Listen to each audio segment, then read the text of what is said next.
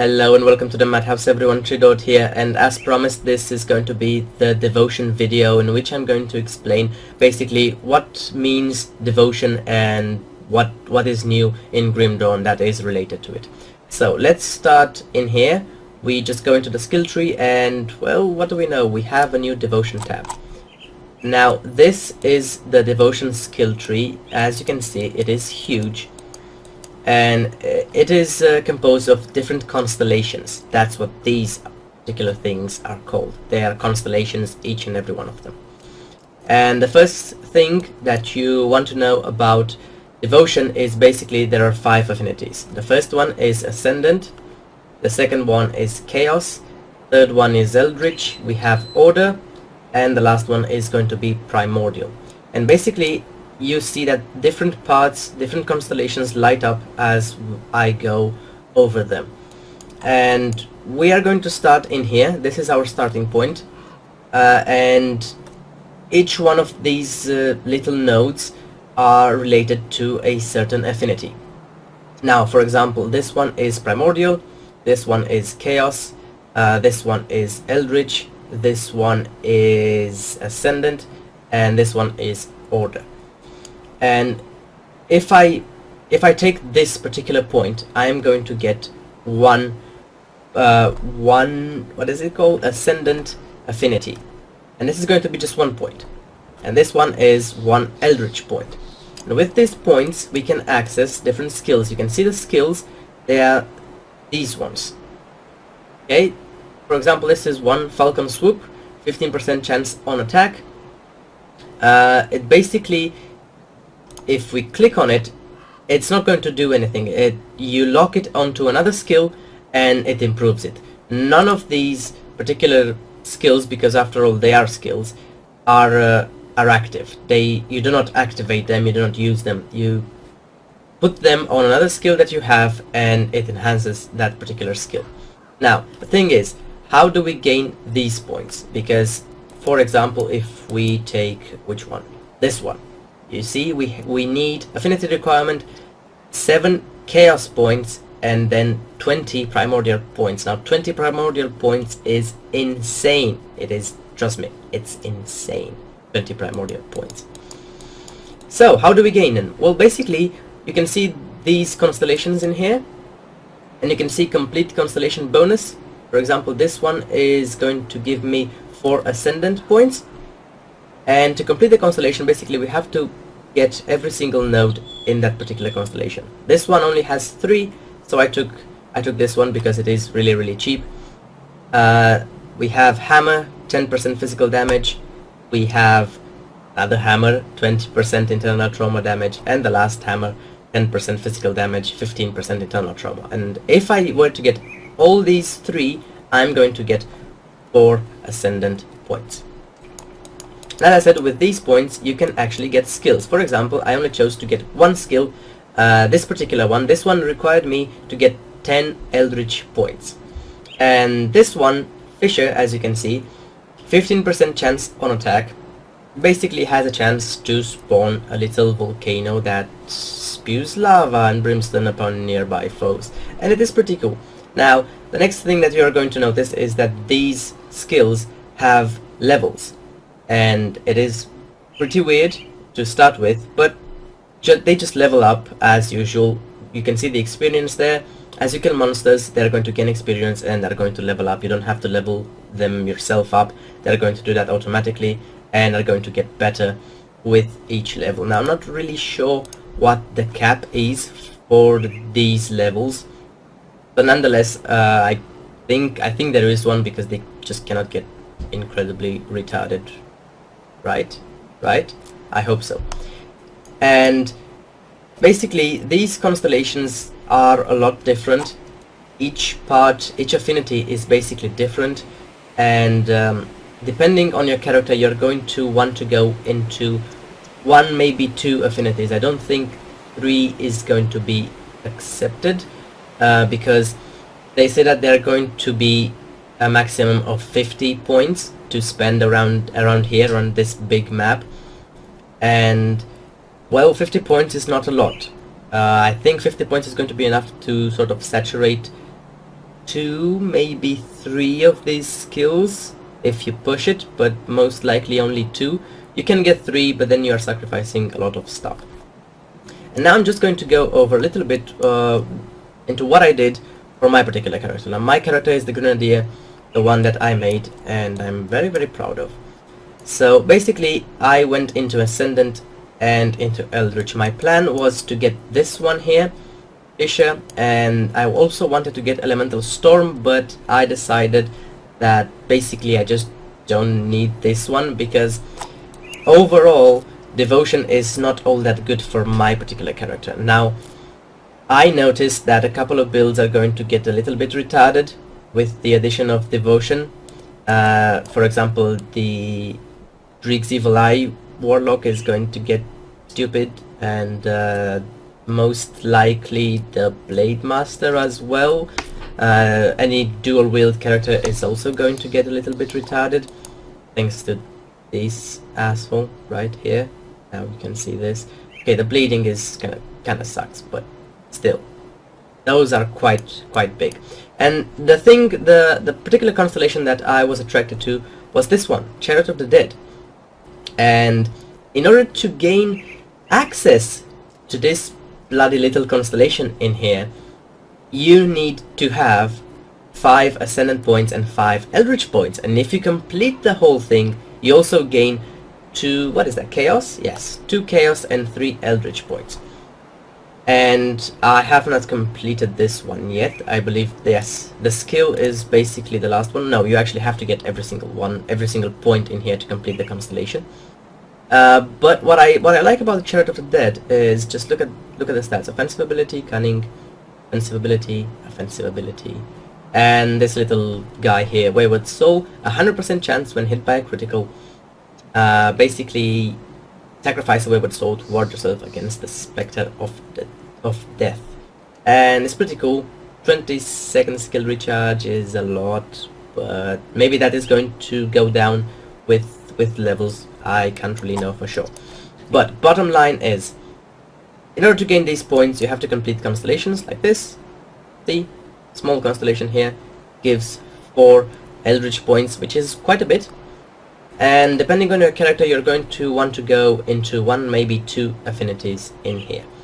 Now, as you can see, there are a ton of skills. Some of them are really far away. I mean, this one is not actually possible to get right now, I think. Might be wrong, but I still think it's not going to be possible right now. And, well, you're just going to have to pick. It's not really a big deal. Some of them are going to be better than others, that is for sure. But we cannot say for certain right now, oh yes, this one is OP and that one sucks, because no one tested them all.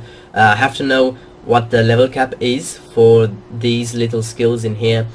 And after that, I honestly doubt that I'm going to try out every single one of them, but I'm going to look at the more interesting ones and try them out with different characters. And after that, we're going to see some really cool builds. Now, this is pretty much it about the Devotion. The next part of the video is going to be the location of the shrines. If you want to find them yourself, you can just end the video now and don't look further. I have found every single shrine, I believe. If I missed one, then please comment. I'm going to take a look at the forums as well. I saw a Reddit post which is pretty damn good. I'm going to link it in the description as well. I kind of found it at the end of my recording session, and what I noticed is it was exactly the same as what I had. So if a lot of people have found just these shrines, then I believe they are all that are present right now in the game. And basically they are 23. I managed to found 23. One of them you need to have a lot of reputation with rovers. I think it is revered, I'm not really sure about that. But anyway, reputation with rovers matters. If you don't have it, then you're not going to be able to access that particular shrine. So if you have any questions about Devotion at all, please leave a comment. I hope you guys enjoyed the video, and if you want to know where the location of the shrine is, keep watching.